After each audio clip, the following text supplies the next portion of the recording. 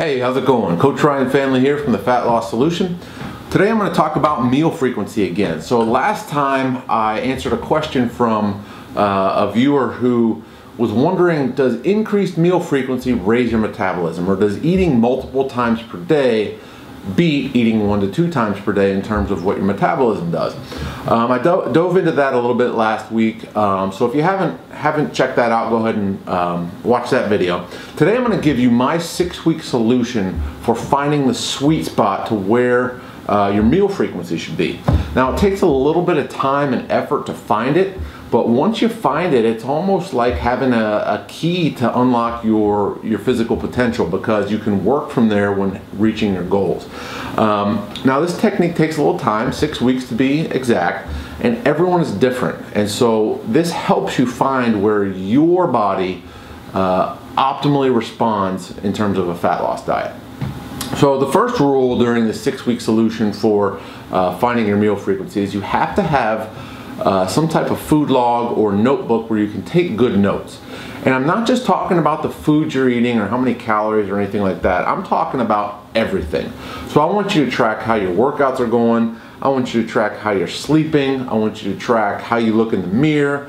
I want you to track your energy levels throughout the day. I want you to track your cravings. I want you to track how productive you are. I want you to track if you have any digestive discomfort, hunger pangs, fatigue, any of that stuff. So it's a lot to track, but taking detailed notes will help you figure out what's best for you. So I want you to really focus on writing down everything you can possibly think of. If you have a thought during the day like, man, I want some jelly beans, write that down, because it's important, because it's often reflective of what's happening with your blood sugar. Or if you have a thought like, I cannot possibly stuff one more bite of food, write that down. If you have, let's say you're a writer and you've got brain fog and you can't come up with your content, record that.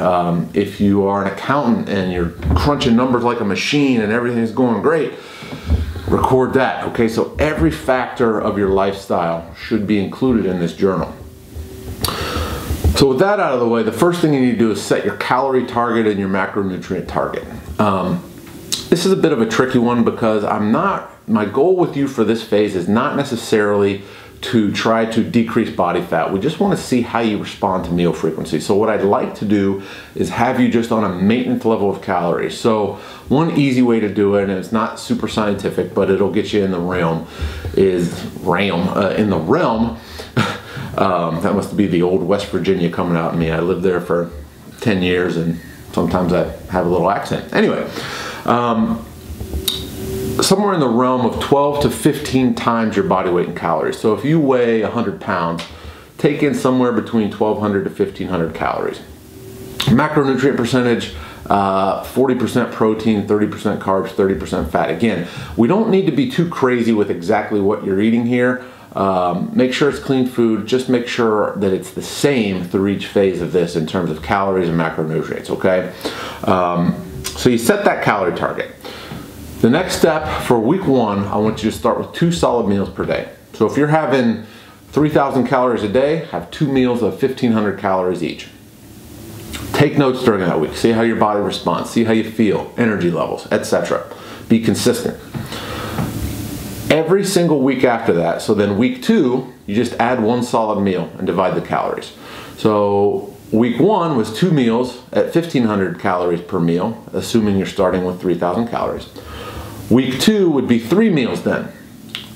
Dividing the calories evenly, that gives you 1,000 calories per meal. Again, go through that week, so that would be a standard breakfast, lunch, and dinner. Again, go see how you feel. Are you stressed from a meal preparation standpoint? Is your work productive? Is your body changing? Do you have great strength in the gym? These are all things to track. The next week, add another meal. So now we're going 4 solid meals. Again, dividing the 3,000 calories evenly.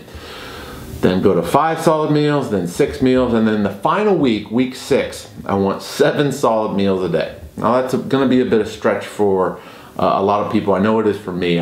From a productivity standpoint, if I have 7 meals a day, I've done it and I will do that. You know, if I have a photo shoot or something I need to do, I'll eat 7 solid meals a day, but I don't prefer it. I don't feel like I get a lot of work done. I feel like I'm just eating all day and cooking food all day.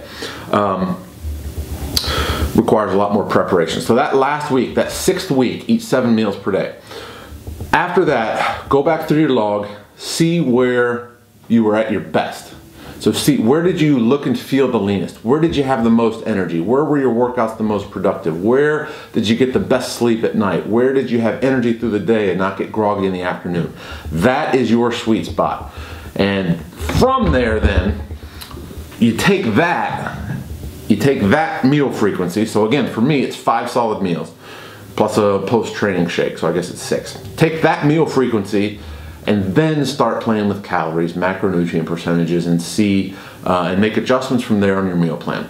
So basically what you're looking for in terms of optimal energy and all that should be good, workout should be good. You should also feel slightly warm, so like your body temperature is slightly elevated. That means your metabolism is going in high gear, and you should also be slightly hungry throughout the day. So just using myself as an example, if I only eat 2 meals per day, I'll be starving for the first 2 or 3 days, and after a couple days I really don't get hungry at all. Like, I will not be hungry throughout the day, and even when I get to my first meal I just don't feel like eating that much.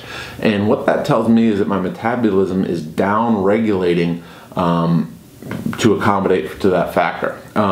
Conversely, when I find the sweet spot for meal frequency, I feel like I can eat, and then an hour later I'm hungry again and I'm a little warm, and that tells me that my metabolism is working really fast, everything's upregulated, the digestion's going well, enzymatic activity is going well, thyroid's kicking in high gear, and so that's kind of how you can gauge where your sweet spot is. So I hope you enjoyed this video, the 6-week solution to finding your optimal meal frequency.